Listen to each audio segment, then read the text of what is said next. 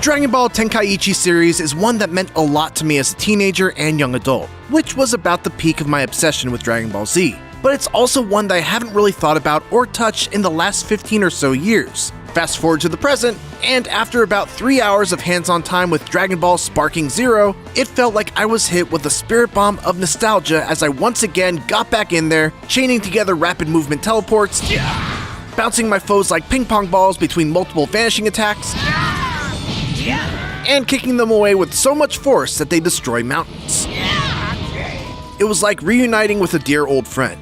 And yet Dragon Ball Sparking Zero feels like much more than just a nostalgia play. It's packed with new mechanics, a brand new approach to story mode, and a host of other exciting features that I only got a taste of, but I'm excited to dig more into it once it comes out next month. Hey! I wanna play some more!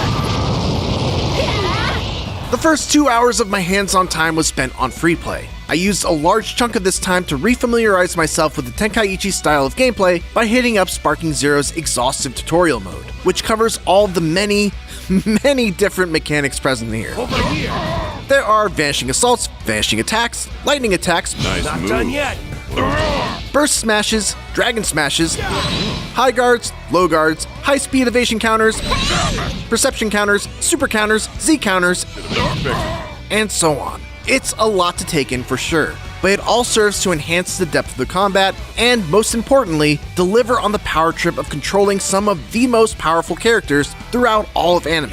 Sure, I might not need to know how to knock an enemy away, vanish behind them, drill them into the ground, and then pick them up, swing them around, and hurl them away like a ragdoll. There are other simpler ways to get just as much damage, if not more, but doing stuff like that feels so incredibly cool.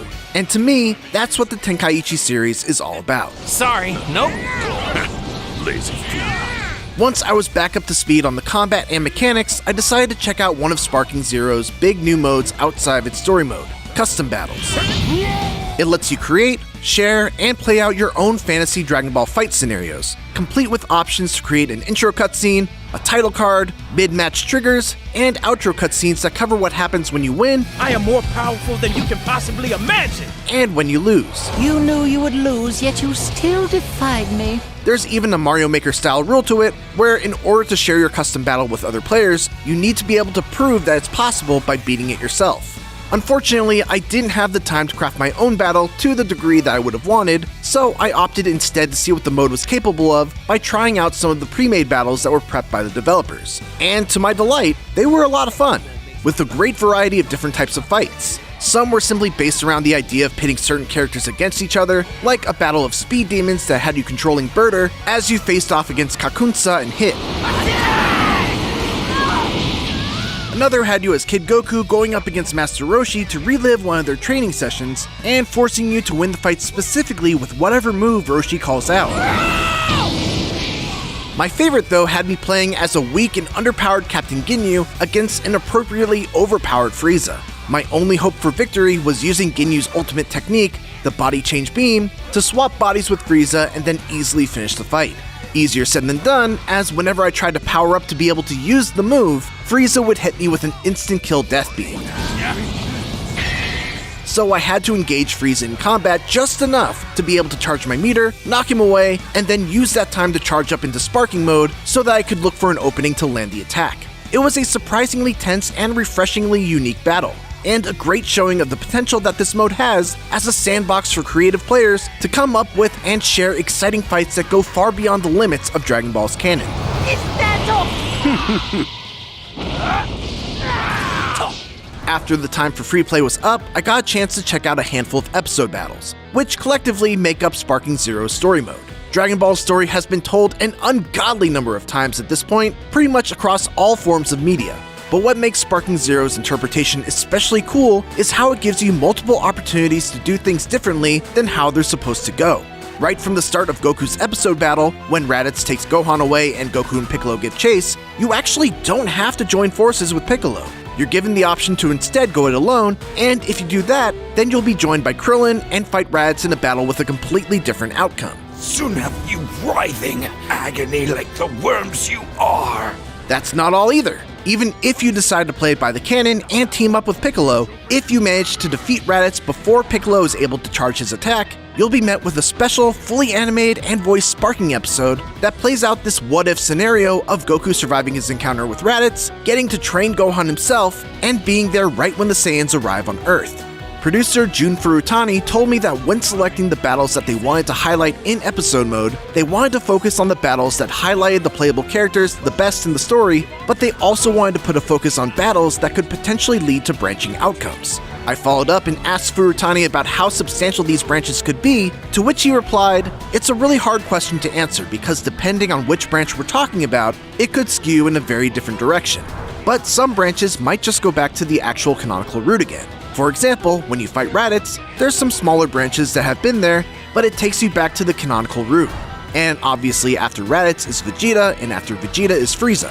Some of them are just blips. Some of them kind of take you in a very drastically different direction." And while there are 8 characters that make up Sparking Zero's episode battle mode, they do seem to vary wildly in terms of length. I played 30 minutes of Goku's and only got through the Saiyan Saga, 30 minutes of Frieza's and only got to the final battle against Super Saiyan Goku, and then 30 to 45 minutes of Future Trunks' story from Dragon Ball Super, and pretty much finished it all up right there. Still, I'm very much looking forward to diving into all of these at launch and seeing if I can find all of the hidden what-if moments myself. It's worth mentioning too that they're not easy to trigger. The fights themselves are already pretty tough, and to try and accomplish specific added challenges on top of that makes it seem like these are meant to be rewards for the most dedicated of players. Doubly so because you can't actually trigger these scenes if you lower the difficulty. Beyond the custom and episode battle modes, I also messed around with the tournament mode, which allows you to participate in one of many different types of tournaments, each with different rule sets. The Tournament of Power, for example, has you competing on the Tournament of Power stage with flight turned off and ringouts as an alternate win condition. Cell Games is a strictly 1 vs 1 affair with no rules, but you only regain 20% of your life between fights.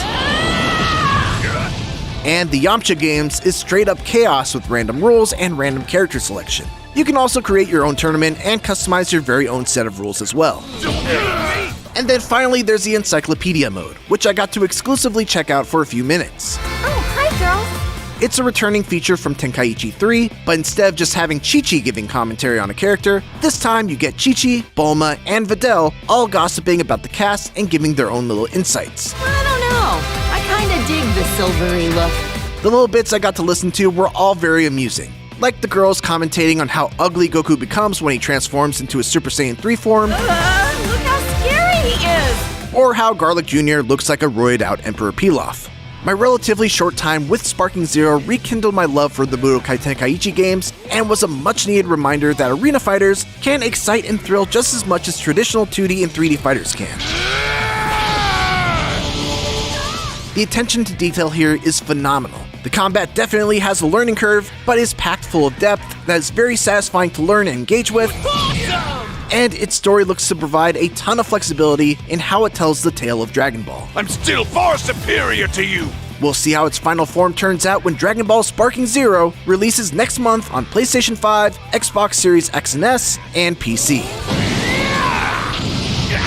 For more on Dragon Ball Sparking Zero, don't miss our exclusive Future Trunks episode gameplay, as well as our first preview from earlier in the summer. And for everything else in the world of video games, keep it here on IGN. See you around.